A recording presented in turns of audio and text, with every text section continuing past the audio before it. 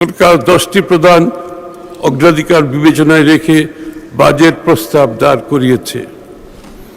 এই 10টি প্রস্তাবগুলো আমি পড়ে শোনাচ্ছি মাননীয় স্পিকার। 1, সবার জন্য উন্নয়ন। আমাদের লক্ষ্য অর্জনের লক্ষ্য সর্বজনের, সর্বশ্রেণীর, সর্বখাতের, সকল অঞ্চলের সুষম অংশগ্রহণ, অংশীদারিত্ব নিশ্চিত করে বৈষম্যহীন ও অন্তর্ভুক্তিমূলক অর্থনীতি প্রতিষ্ঠা করা। 2, সবার জন্য মানসম্পন্ন শিক্ষা ও স্বাস্থ্যসেবা সকল নাগরিকের মৌলিক অধিকার হিসেবে বাস্তবমুখী, দক্ষতা নির্ভর, মূল্যবোধ ভিত্তিক শিক্ষা ব্যবস্থা বাস্তবায়নের মাধ্যমে তরুণ প্রজন্মকে যোগ্য মানব সম্পদে পরিণত করা।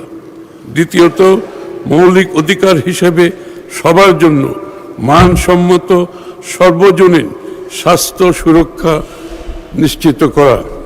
5, বিনিয়ন্ত্রণকরণ, ডিরেগুলেশন এবং সাশ্রয়ী ও সহজীকৃত ব্যবসার পরিবেশ সৃষ্টি করা। বিনিয়ন্ত্রণের মাধ্যমে সরকারি কাজে বিলম্ব ও অপ্রয়োজনীয় ধাপ পরিহার করে একটি স্বচ্ছ, সহজ ও সাশ্রয়ী ব্যবসা সহায়ক পরিবেশ গড়ে তোলা। ফিরিয়ে আনা এবং খাল খনন কর্মসূচি পুনরায় শুরু করার মাধ্যমে একটি টেকসই, সবুজ, পরিবেশ সহনশীল, বাসযোগ্য ভবিষ্যৎ গড়ে তোলা।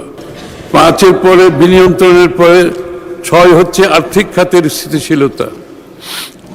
ব্যাংক ও আর্থিক খাতের শৃঙ্খলা, স্বচ্ছতা, জবাবদিহিতা প্রতিষ্ঠা করে আমানতকারীদের আস্থা ও দায়বদ্ধতা ফিরিয়ে আনা।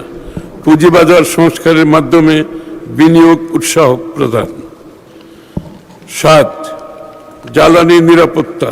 উৎপাদনশীল কর্মকাণ্ডের ধারাবাহিকতা নিশ্চিত করতে বিদ্যুৎ ও জ্বালানি নিরবিচ্ছিন্ন সরবরাহ নিশ্চিতের পাশাপাশি সাশ্রয়ী, নির্ভরযোগ্য, পরিবেশ বান্ধব বিদ্যুৎ জ্বালানি ব্যবস্থা গড়ে তুলতে আত্মনির্ভরশীল জ্বালানি নিরাপত্তা গড়ে তোলা। 8, তথ্য ও যোগাযোগ প্রযুক্তির বিকাশ। একটি ভবিষ্যৎমুখী, গতিশীল, প্রকৃত অর্থে প্রযুক্তিগতভাবে অন্তর্ভুক্তিমূলক বাংলাদেশ গড়ে তোলার মাধ্যমে বাংলাদেশকে বিশ্বের অন্যতম প্রধান আইসিটি রপ্তানিকারক দেশে রূপান্তর করা। 9, প্রাণ প্রকৃতি, পরিবেশ ও পানি সম্পদ ব্যবস্থাপনা।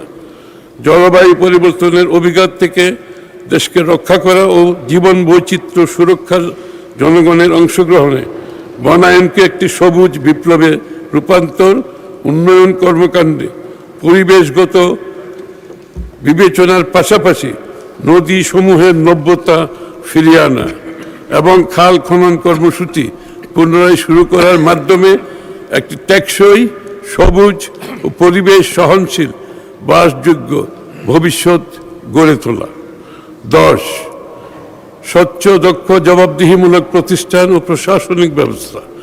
টেকসই রাষ্ট্রীয় সক্ষমতা গড়ে তোলার লক্ষ্যে মেধাভিত্তিক, জবাবদিহিমূলক প্রতিষ্ঠান এবং প্রশাসনিক ব্যবস্থা গড়ে তোলার পাশাপাশি সরকারি বিনিয়োগ বাস্তবায়ন দক্ষ, কার্যকর করে তোলা।